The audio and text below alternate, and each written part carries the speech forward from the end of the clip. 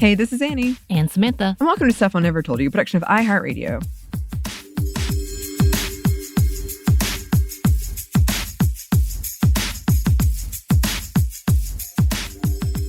And we are back with our unfortunate mini-series that I have created again.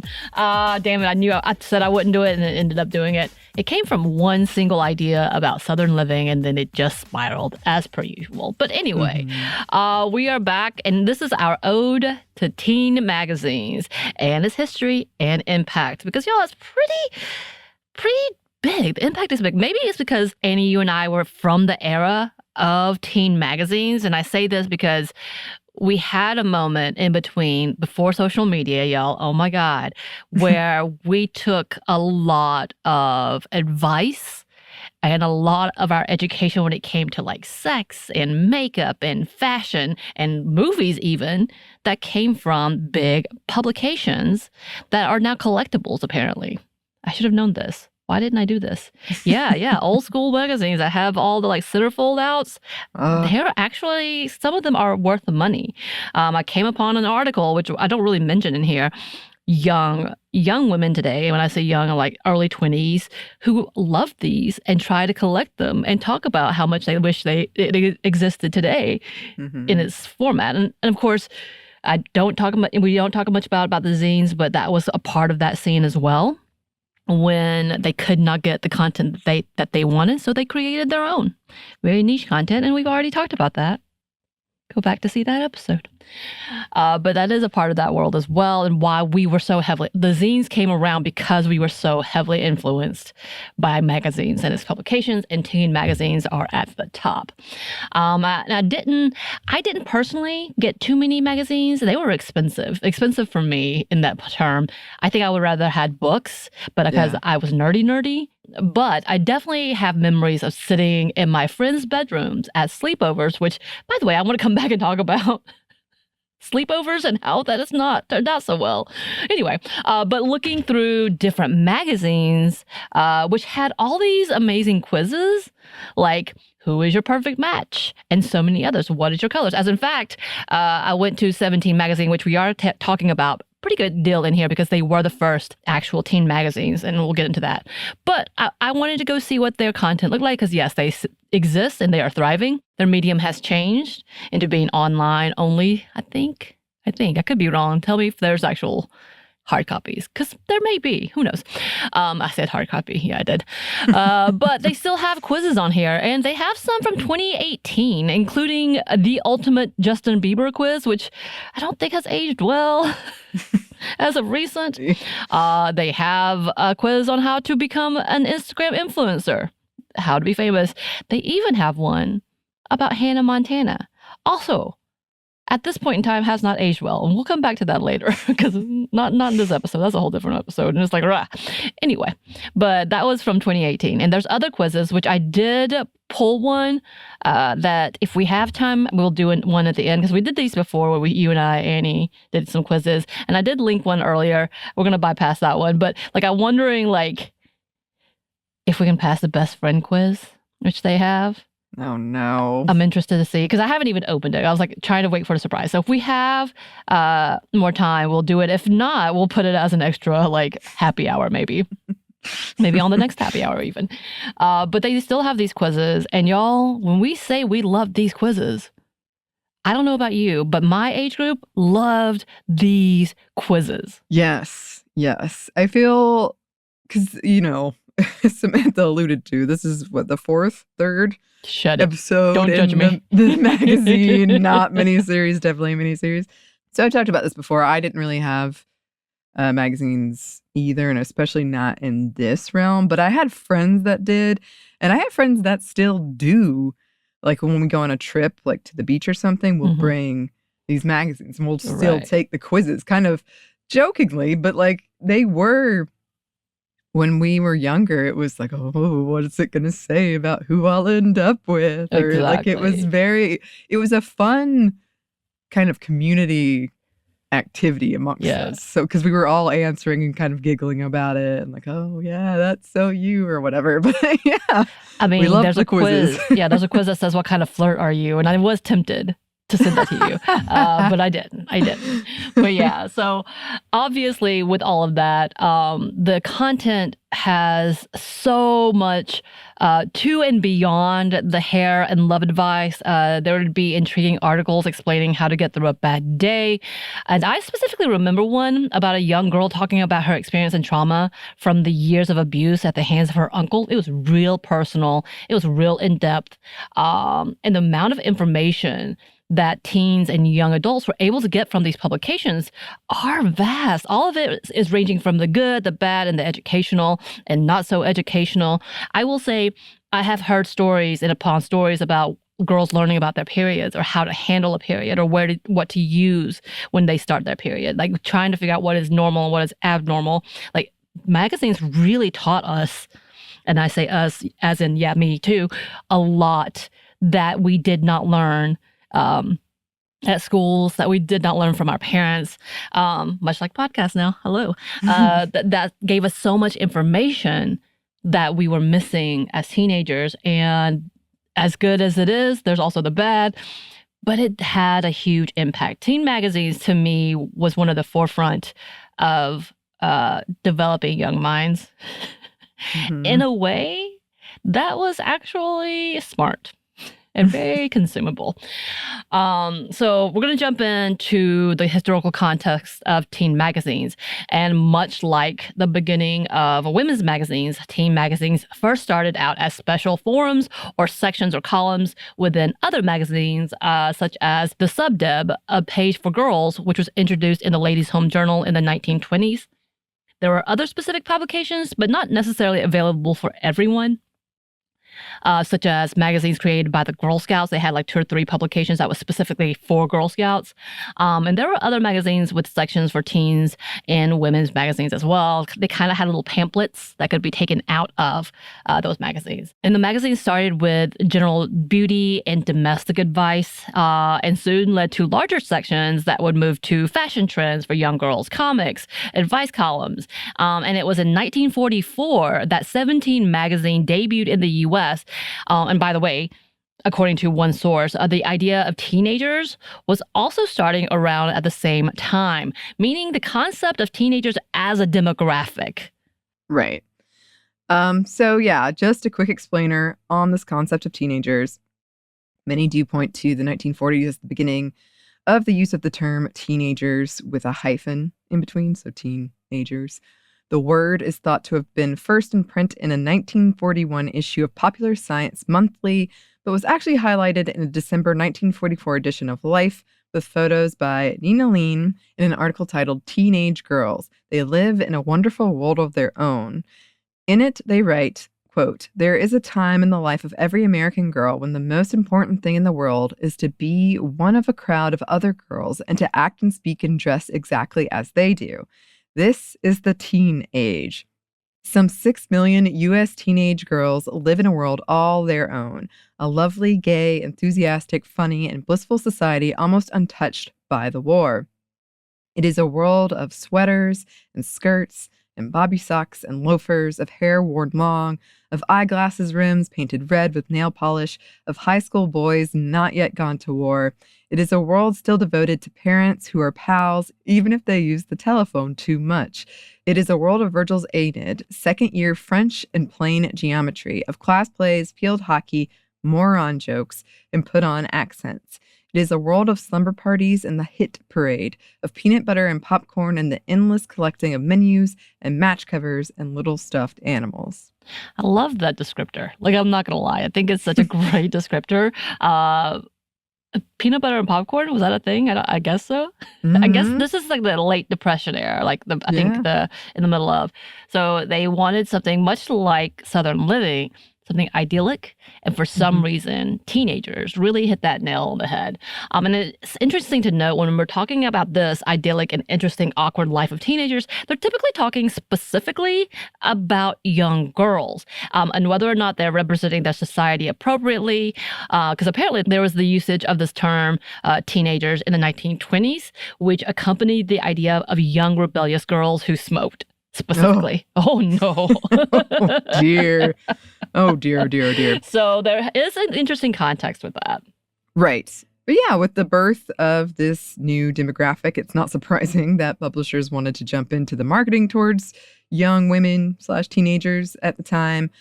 With 17 leading the way, the new market jumped straight in, going after these new age groups, specifically targeting girls in the 13 to 19 years age range. And with the fact that 17 still exists today, outrunning so many other publications, they are one of the longest and more successful teen magazines to date. Yeah. And here's a bit of history with 17 magazine specifically.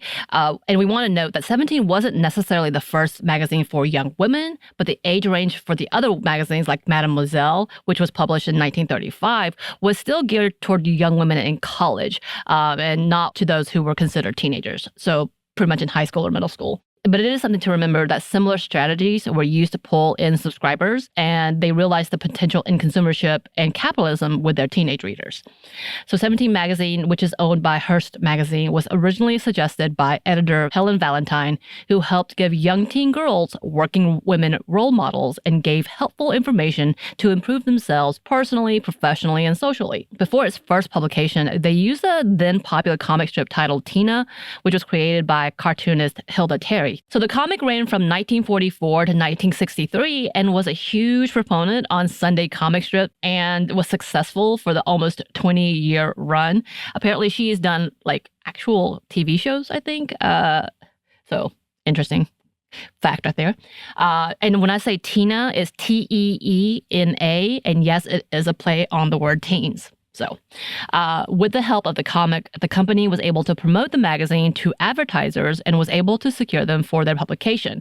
And they made sure to take the time to try to understand their audiences by surveying teen girls from 1945 to 1946, and were able to use that information to make the magazine more successful for the audience and the advertisers.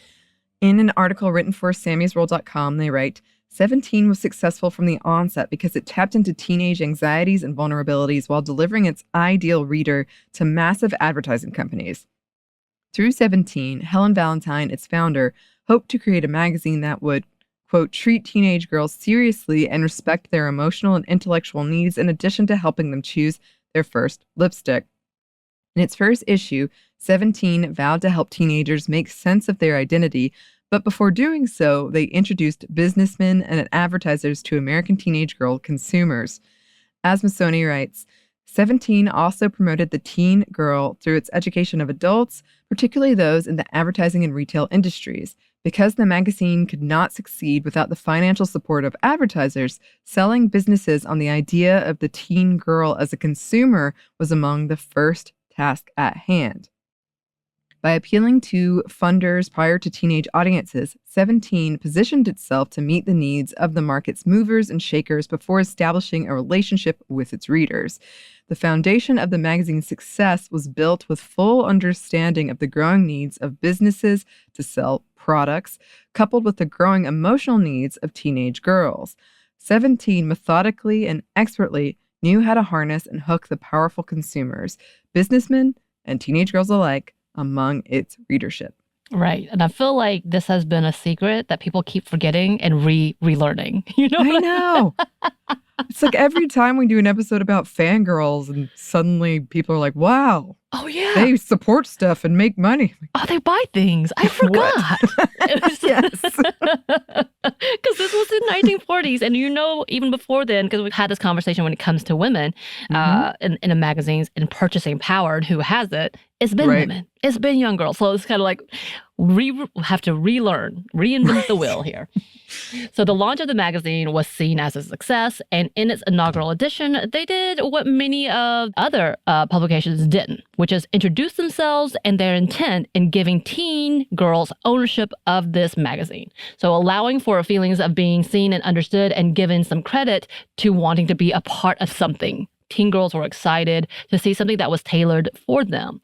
That Sammy's World article writes, it takes reading only a few pages of the original September 1944 issue of 17 to see that, unlike Vogue or Harper's Bazaar, the magazine unabashedly tries to forge emotional connections to teenage girls and teenage girls exclusively. And it continues. In the accompanying letter of the first issue entitled 17 Says Hello, Valentine makes her intent with 17 very clear to readers. Quote, 17 is your magazine, high school girls of America, all yours. It is interested only in you and in everything that concerns, excites, annoys, pleases, or perplexes you. Valentine notes that while 17 was interested in how you dress, how you feel and how you look, what you do and what you think, all of which became different categories in 17's table of contents, they were most interested in what you are. Are you tense and ill at ease or comfortable and relaxed? Have you a chip on your shoulder or a smile on your lips? Are you interested only in yourself and your closest family and friends? Or do you care what happens to people you'll never see? You're going to have to run this show, so the sooner you start thinking about it, the better. In a world that is changing as quickly and profoundly as ours is, we hope to provide a clearinghouse for your ideas. So that is a brilliant scheme, especially in the 1940s when women in general weren't being listened to, but to have teenage girls who were even less important. Wow. This was screaming, come here, you're welcome, buy things from us, you can trust us. Right. And it's and genius. Also, just a reminder, this was before the internet.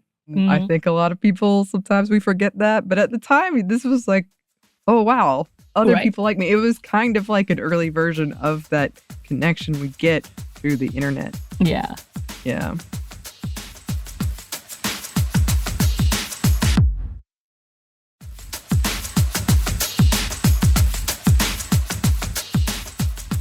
I think it's important that we have focused a bit on specific magazines in each of our episodes because they were kind of the marker of the beginning of something huge, obviously, and they were able to establish a concrete base for this. But it was interesting because in that first article, they also had a picture, and which if you ever get a chance to look it up, you should. And I believe it depicts two young girls with an older woman.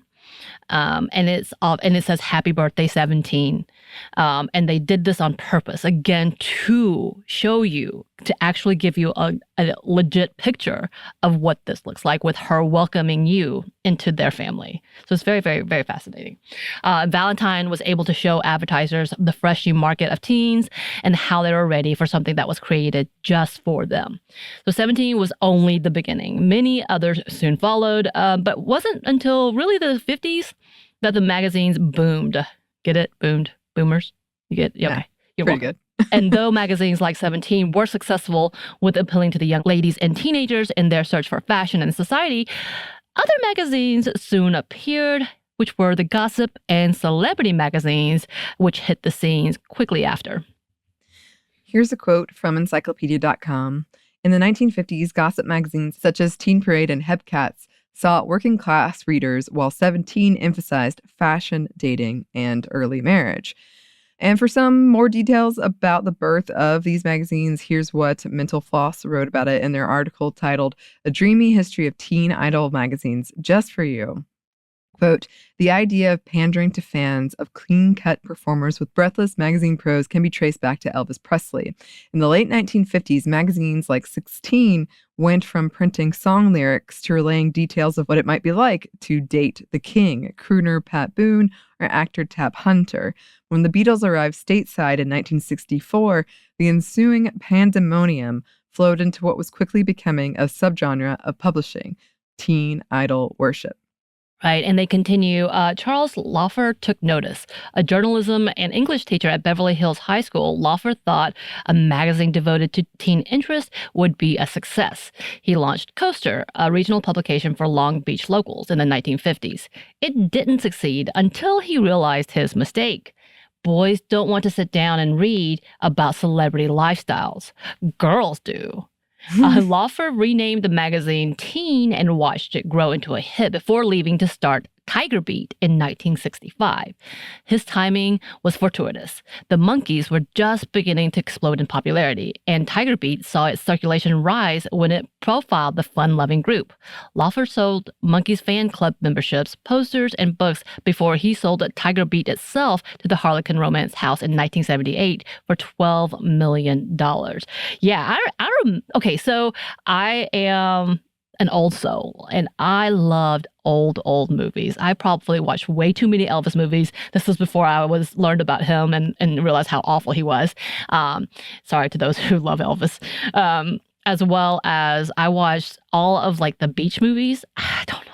Frankie and Annette, loved them, loved them. And this was like right after their Musketeer years. I don't know what's with me. I apparently really loved old school American culture during those times, which is hilarious because I would have never been welcomed in that era of time. But I loved those. And my mother, when I would ask her about the things that she loved, because she thought it was fascinating that I loved all these old movies and that I really got into them.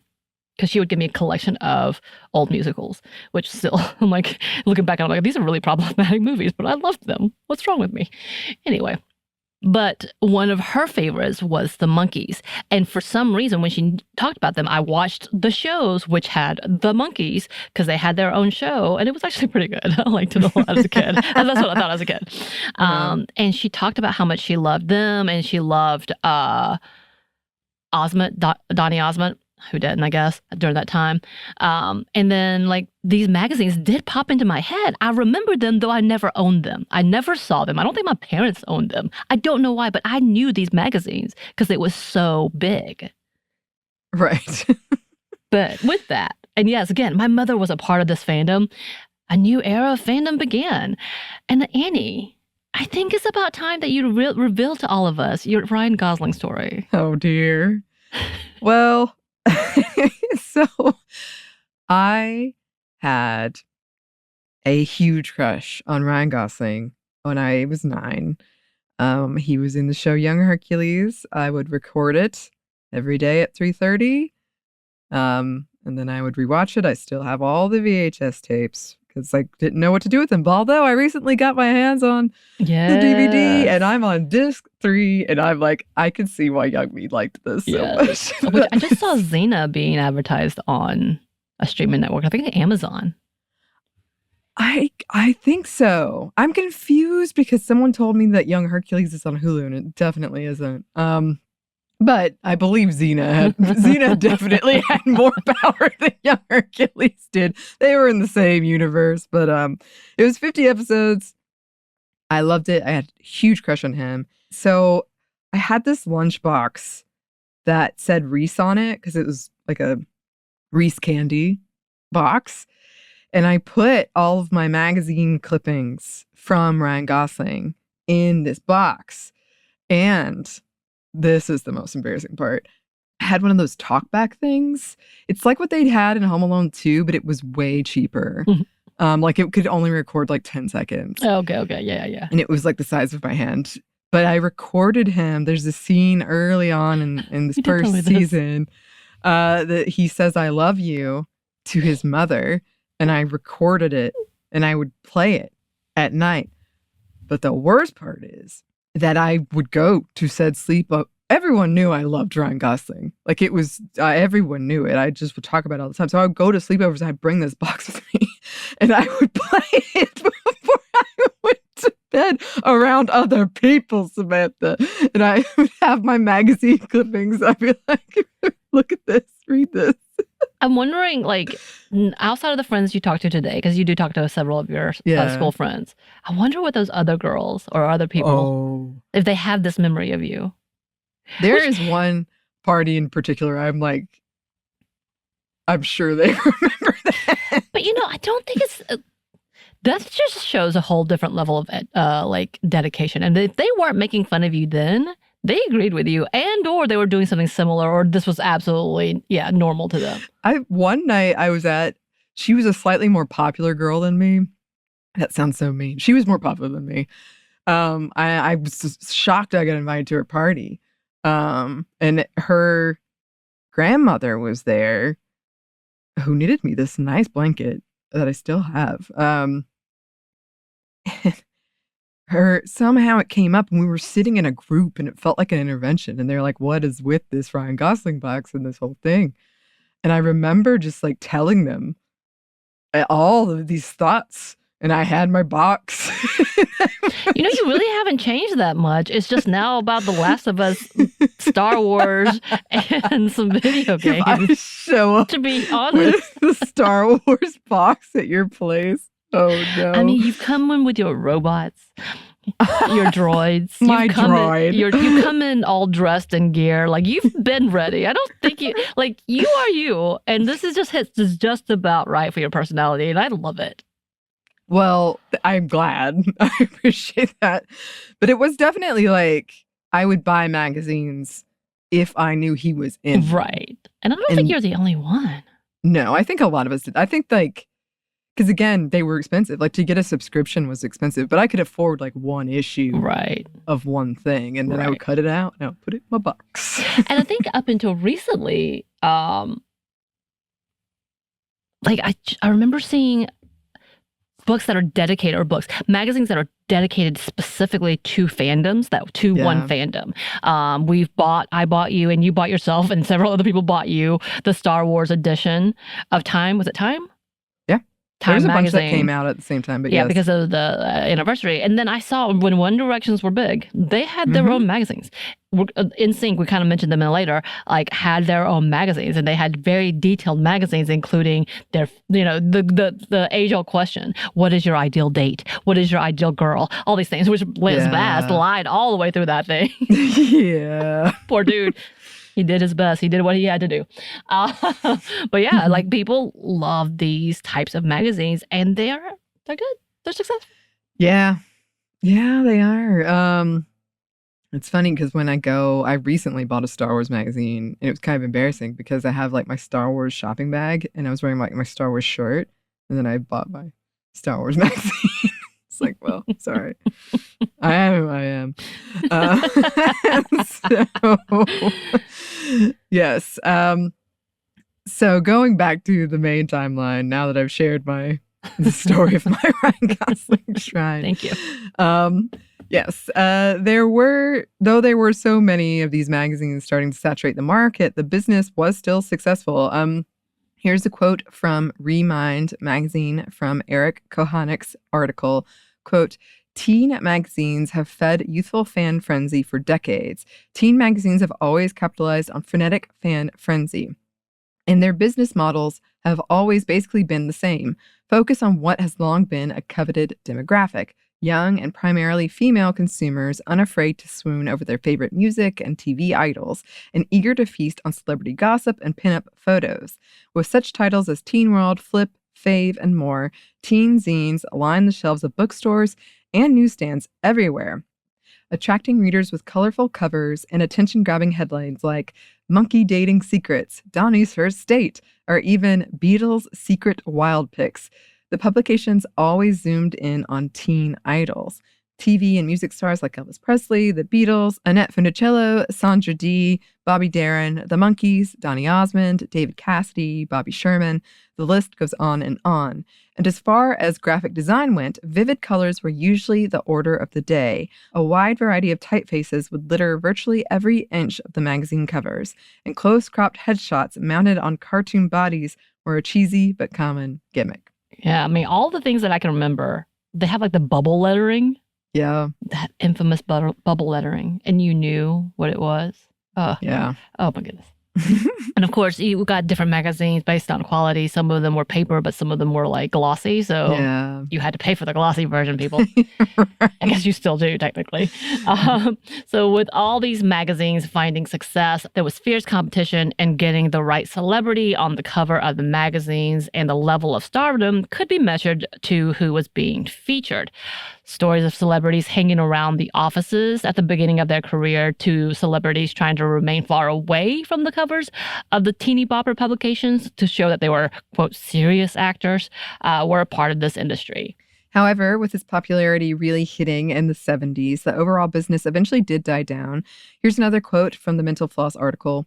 At its peak in the 1970s, Tiger Beat and its sister publications reached roughly 2 million readers a month.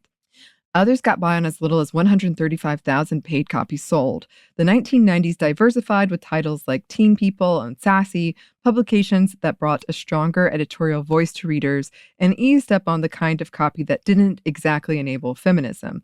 Sail Away with Ralph Macchio in the 1990s.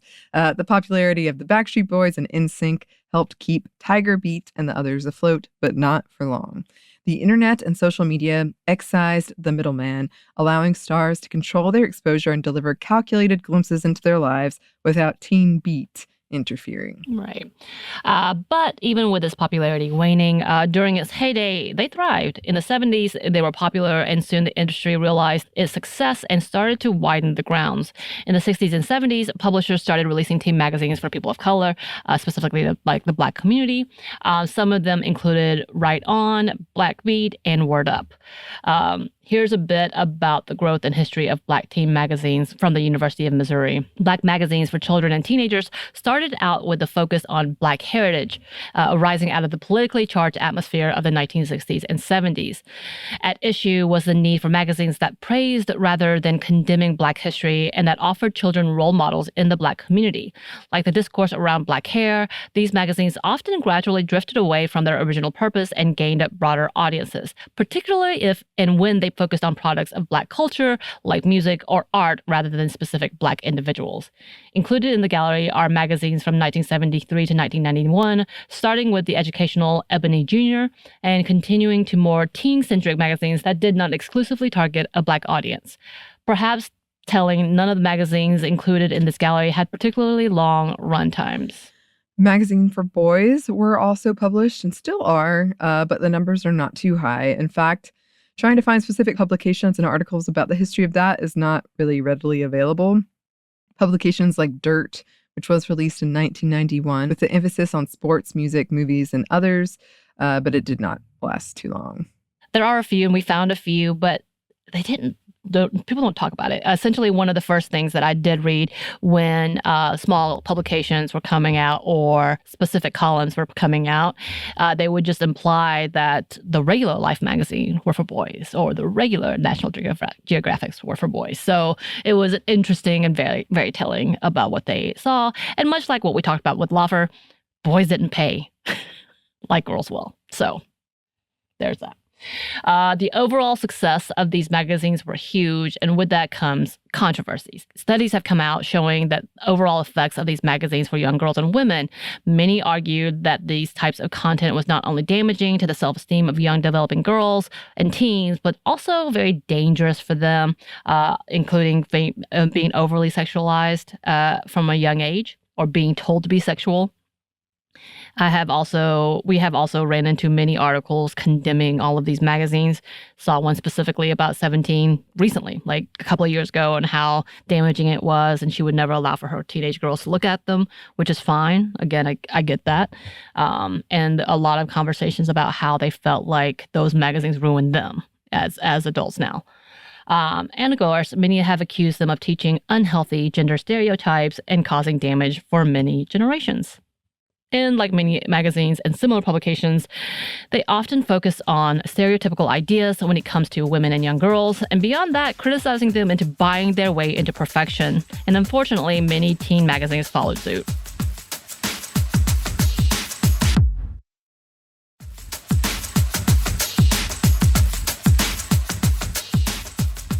In a research article within the published book titled Body Image, they write specifically about the effects of such magazines, titled Grooming 10-Year-Olds Gender Stereotypes, a content analysis of preteen and teen girl magazines.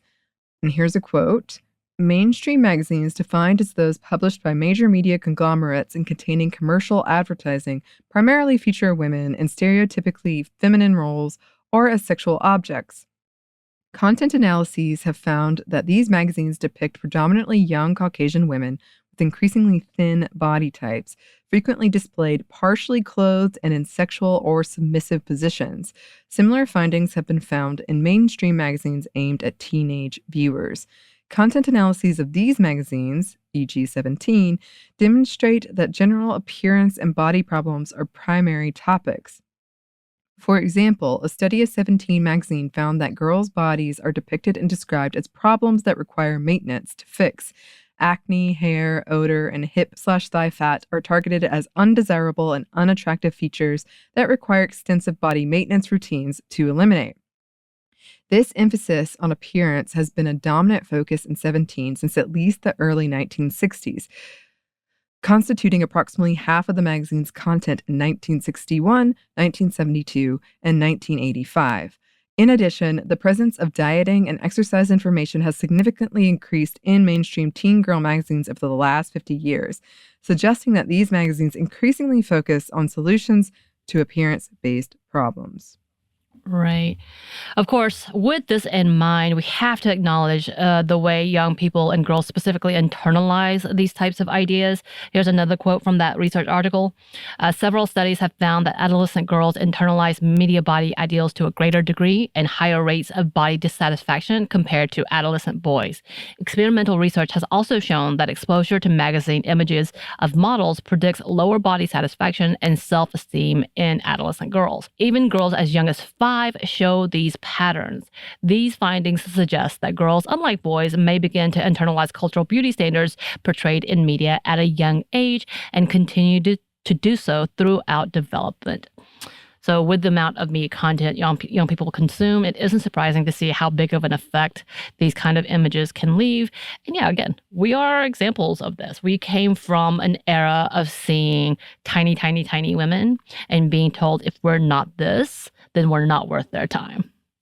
Yeah. And then being sold those products to make yourself look that way when probably you never will. A lot of it's genetics. And it's also expensive. And for some reason, we believe the people who would tout them. I just remember the Suzanne Summers already, who was tiny, tiny, tiny, tiny. And she, because of her body image, was able to sell Thigh Masters like nobody's business. Mm-hmm. And I believed it. I really wanted one. Yeah. Thank God I didn't have the money. But I really did want one. Mm-hmm. Anyway, but as a new era of publication arose, so did the quality of content in teen magazines, and many more in-depth articles were starting to be published. To be honest, 17 started in an era when young girls started to dream beyond family and home. Valentine's original image as the working woman's role model was beyond the gender norm at the time. Sure, it was clouded with capitalism and money-making schemes, but it was an idea that young girls wanted more and would develop to be the decision makers when it comes to consumership, within the home and the bigger fashion industry. This is making me think of a joke that people will say about Playboy, of like they read it for the articles. So we didn't even talk about that in the boys magazine. We have not talked about Playboy. Damn you, Anney. That's yours. I'm not doing that. Come on. All right. As the teen celeb magazines grew in popularity, other teen magazines came out as well. In 1988, we had the first counter magazine to 17, Sassy Magazine. Here's a quote from NPR.